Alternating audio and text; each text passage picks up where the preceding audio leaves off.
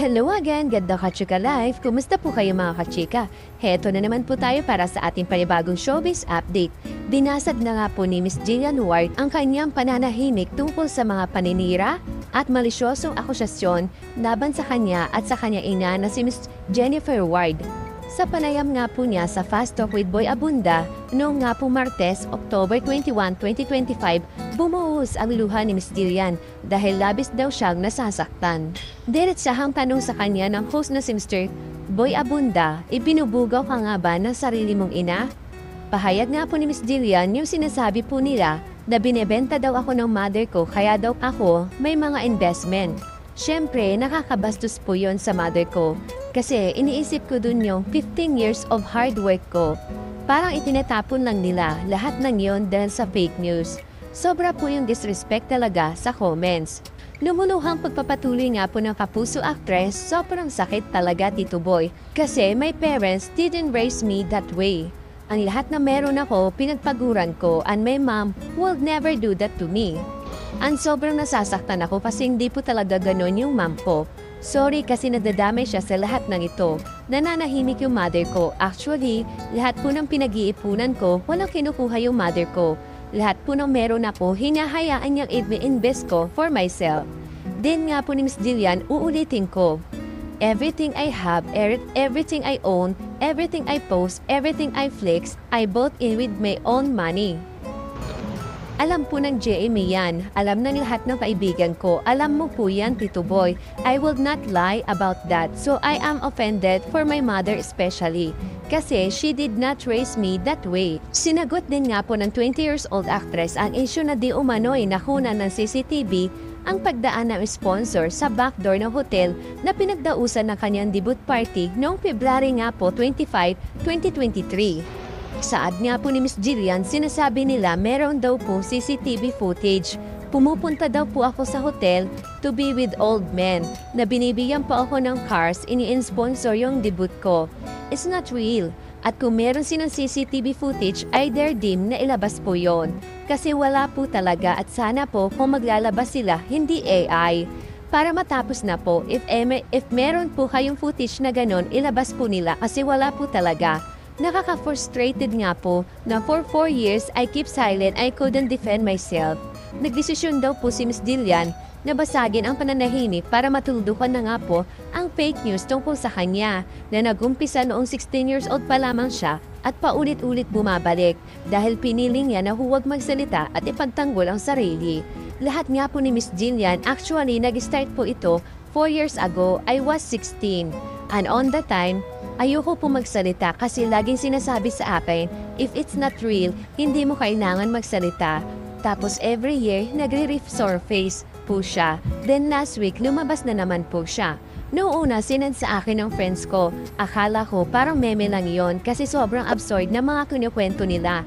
So tinatawanan ko lang po siya nung una. Then nung nagbasa po ako ng comment, sobrang na-hurt po talaga ako. Kasi sobra po yung pamabastos ng mga tao because of the fake news. So it took me 4 years to speak about it. At yung pinaka-turning point po sa akin is yung family ko. Binabastos na rin po nila, especially my mother. So sabi ko, enough na po. Samantala, dumako naman po tayo sa iba nating showbiz update.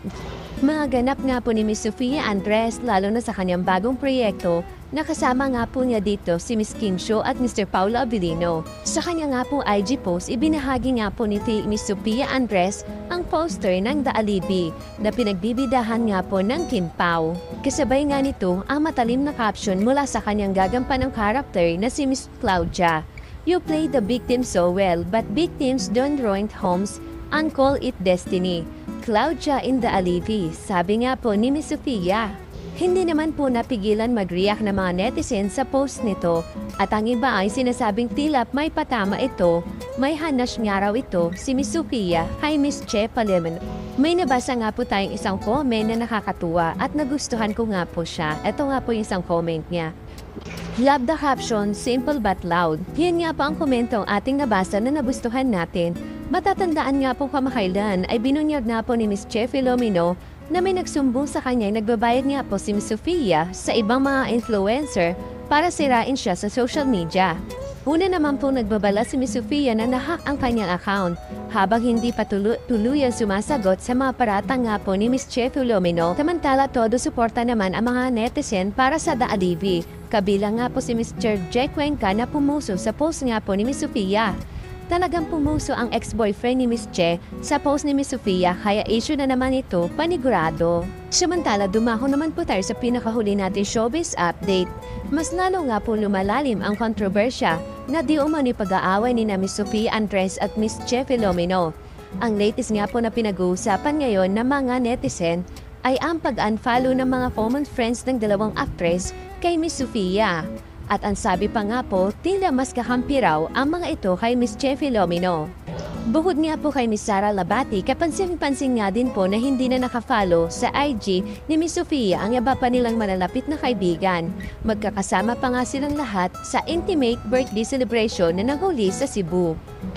Naka-unfollow na nga po sila kay Miss Sofia Andres pero nakafollow pa rin sila kay Miss Che Filomeno.